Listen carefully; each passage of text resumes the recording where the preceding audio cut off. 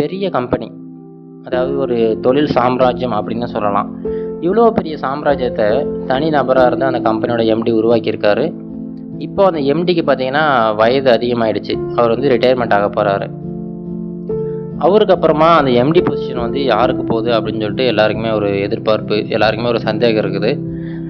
இப்போ எம்டிக்கு வந்து அவரோட பசங்களுக்கோ இல்லை அவரோட சொந்தக்காரங்களுக்கோ இந்த எம்டி பொசிஷனை கொடுக்கறதுல துளி கூட விருப்பமே கிடையாது.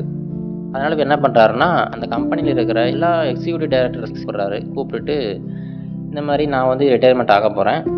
எனக்கு அப்புறமா இந்த கம்பெனியை வழி நடத்துறதுக்கு உங்களில் யாராவது ஒருத்தரை தான் செலக்ட் பண்ண போகிறேன் அப்படின்னு சொல்லிட்டு சொல்கிறாரு. இது வந்து எல்லாருக்குமே ஒரு மாதிரி அதிர்ச்சியாக தான் இருக்குது. இப்போ என்ன பண்ணுறாருன்னா, இவர் வந்து எல்லா எக்ஸிக்யூட்டிவ் டைரக்டர்ஸ் கையிலுமே ஒரு விதை கொடுத்து விட்றாரு. இந்த விதைகளை நீங்கள் எடுத்துகிட்டு போங்க, உங்கள் வீட்டுக்கு எடுத்துகிட்டு போங்க, கொண்டு போயிட்டு ஒரு மண்பானையில் போட்டு நல்லா பராமரிங்க. 1 வருஷம் கழித்து நீங்கள் எடுத்துகிட்டு வந்து அந்த மண்பானையை என்கிட்ட காட்டுங்க. நான் வந்து யார் இந்த கம்பெனியோட அடுத்த எம்டின்னு சொல்லிட்டு நான் முடிவு பண்ணுறேன் அப்படின்னு சொல்லிட்டு எல்லார் கையிலுமே ஒரு விதைகளை கொடுத்து அனுப்பி விடுறாரு. இப்போது அந்த எக்ஸிக்யூட்டிவ் டைரக்டர்ஸில் ரமேஷ் அப்படிங்கிற ஒருத்தருமே இருக்கார். அவர் கையிலுமே ஒரு விதை கொடுக்கப்படுது. ஒரு சில வாரங்கள் கடந்து போகுது. பார்த்திங்கன்னா அந்த எக்ஸிக்யூட்டிவ் டைரக்டர்ஸ் எல்லாருமே அவங்களோட செடிகள் நல்லா வளர்ந்துக்கிட்டு இருக்கு அப்படி இப்படின்னு சொல்லிட்டு எல்லாம் பேசிக்கிட்டு இருக்காங்க. ஆனால் அந்த ரமேஷோட செடி மட்டுமே எந்த ஒரு வளர்ச்சியுமே ஏற்படல. அந்த ரமேஷ் கிட்ட கொடுத்த அந்த விதைகள் இருக்குன்னு பார்த்தீங்களா, அது வந்து அந்த தொட்டியில் போட்ட மாதிரியே கிடக்கு. எப்படி போட்டாரோ அதே மாதிரி ஒரு சின்ன முளைப்பு கூட வரலை. இவருக்கு ஒரு மாதிரி சங்கடமாக இருக்குது ரமேஷ்க்கு. என்னப்பா நல்ல எல்லாரோட செடியுமே வளருது, எல்லாருமே நல்லா பேசிக்கிட்டு இருக்காங்க, என்னோடய செடி வளரவே இல்லைன்னு சொல்லிட்டு ஒரு மாதிரி சங்கடமாக இருக்கார். அவங்க ஒய்ஃப் கிட்டமே சொல்கிறாரு. அவங்களுமே வந்து சரி வேறு உரம் போடலாம் அப்படின்னு சொல்லலாம் சொல்லிக்கிட்டு இருக்காங்க. இப்படியே ஒரு சில மாதங்கள் கடந்து போகுது. இப்போ எல்லா எக்ஸிக்யூட்டிவ் டைரக்டர்ஸும் பார்த்தீங்கன்னா என்னோடய செடியெல்லாம் 5 அடி வளர்ந்துருச்சு, என்னோடய செடி 4 அடிக்கு மேலே வளர்ந்துருச்சு அப்படின்னு சொல்லி பேசிக்கிட்டு இருக்காங்க. ஆனால் ரமேஷோட அந்த விதை பார்த்தீங்கன்னா இன்னும் முளைக்கவே ஆரம்பிக்கலை. எப்படி போட்டாரோ அப்படியே தான் இருக்குது. இப்படியே 1 வருடமே கழிஞ்சு போயிடுச்சு. 1 வருஷம் கழித்து எல்லாரும் பார்த்தீங்கன்னா அவரோட தொட்டிகளில் வந்து விதவிதமான செடிகளோட அவர் ரூமில் வெயிட் பண்ணுறாங்க எம்டியை மீட் பண்ணுறதுக்காக. இப்போ ரமேஷ்க்கு வந்து அங்கே போகிறதுக்கு ஒரு மாதிரி சங்கடமாக இருக்குது. ஏன்னா இவர்கிட்ட இருக்கிறது வந்து தொட்டி மட்டும்தான் இருக்குது. அதில் போட்ட விதை அப்படியே தான் இருக்குது. எதுவுமே ஒரு சின்ன மாற்றம் கூட ஏற்படலை. இவர் வந்து நான் போகவா வேணாம்னு சொல்லிட்டு ஒரு மாதிரி யோசனையில் இருக்கார். ஆனால் அவங்க ஒய்ஃப் வந்து இல்லை பரவாயில்ல நீங்கள் போயிட்டு வாங்க, இந்த தொட்டியை எடுத்துகிட்டு போங்க, என்னதாவது பார்த்துக்கலாம்னு சொல்லிட்டு சொல்லி அனுப்பி விடுறாங்க. இவருமே அந்த வெறும் தொட்டி எடுத்துகிட்டு போகிறாரு. அதாவது அந்த தொட்டியில் வெறுமனே மண் மட்டும்தான் இருக்குது.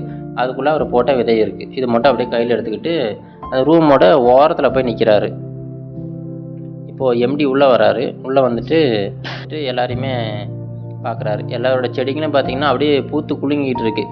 ஒருத்தரோட செடி பார்த்தீங்கன்னா 5 அடி வளர்ந்துருக்கு, ஒருத்தரோட செடியெல்லாம் 4-5 அடி மேலே வளர்ந்துருக்கு. அப்படியே வந்து ஒவ்வொருத்தரோட செடியுமே பார்த்துட்டு இருக்காரு.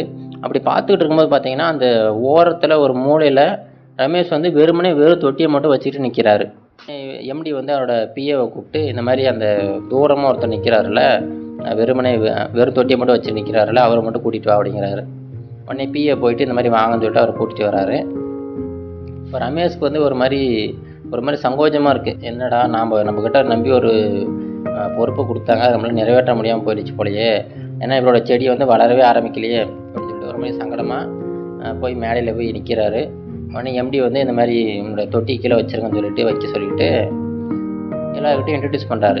என்னென்னா இவர் தான், அதாவது ரமேஷ் தான் இந்த கம்பெனியோட அடுத்த எம்டி அப்படின்னு சொல்லிட்டு ஒரு அனௌன்ஸ்மெண்ட்டை வந்து சொல்கிறாரு. இது வந்து எல்லாருக்குமே ரொம்ப பெரிய ஷாக்காக இருக்குது. ஏன்னா எல்லாரோட செடிகளுமே நல்லா வளர்ந்துருக்கு, மற்ற எல்லாருமே நல்லா பராமரிச்சிருக்காங்க. ஆனால் அவங்களெல்லாம் தவிர்த்து ரமேஷை வந்து இவர் செலக்ட் பண்ணியிருக்காரு. இது ஏன்னா இப்போ எம்டி சொல்கிறாரு, ஏன்னா இந்த மாதிரி நான் வந்து 1 வருஷத்துக்கு முன்னாடி உங்களுக்கு கொடுக்கப்பட்ட விதைகள் எல்லாமே வேக வைக்கப்பட்ட விதைகள். அதாவது அந்த விதைகளுக்கு முளைக்கும் தன்மையே கிடையாது. நான் உங்கள் எல்லாருக்குமே ஒரே மாதிரி விதைகள் தான் கொடுத்து விட்டேன், எல்லாம் விளைக்கவே முடியாத விதைகள் தான் கொடுத்து விட்டேன். ஆனாலுமே நீங்கள் எல்லாருமே ஒரு செடி கொண்டு வந்திருக்கீங்க. அப்படின்னா என்ன அர்த்தம், நீங்கள் வந்து ஒரு சில நாட்கள் வெயிட் பண்ணி பார்த்துருப்பீங்க, அந்த விதை முளைக்காத உடனே வேறு ஒரு விதையை ரீப்ளேஸ் பண்ணிட்டீங்க. ஆனால் ரமேஷ் மட்டும்தான் நான் என்ன கொடுத்தனோ அதை வந்து அவரோட தொட்டியில் போட்டு 1 வருஷமாக பொறுமையாக வெயிட் பண்ணி திரும்ப கொண்டு வந்து என்கிட்ட காட்டியிருக்காரு. அவரோட நேர்மைக்கான பரிசு தான் இந்த எம்டி பதவி அப்படின்னு சொல்லிட்டு சொல்கிறாரு. அதனால் நீங்கள் உங்கள் வாழ்க்கையில் எந்த ஒரு சூழ்நிலையானாலும் சரி, எந்த ஒரு சங்கடமான நிலைமை வந்தாலும் சரி, நேர்மை அப்படிங்கிற இந்த ஒரு விஷயத்த மட்டும் என்றைக்குமே கைவிட்டுறாதீங்க.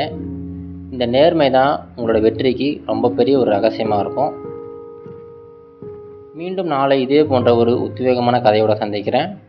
இது courage to act motivation stories.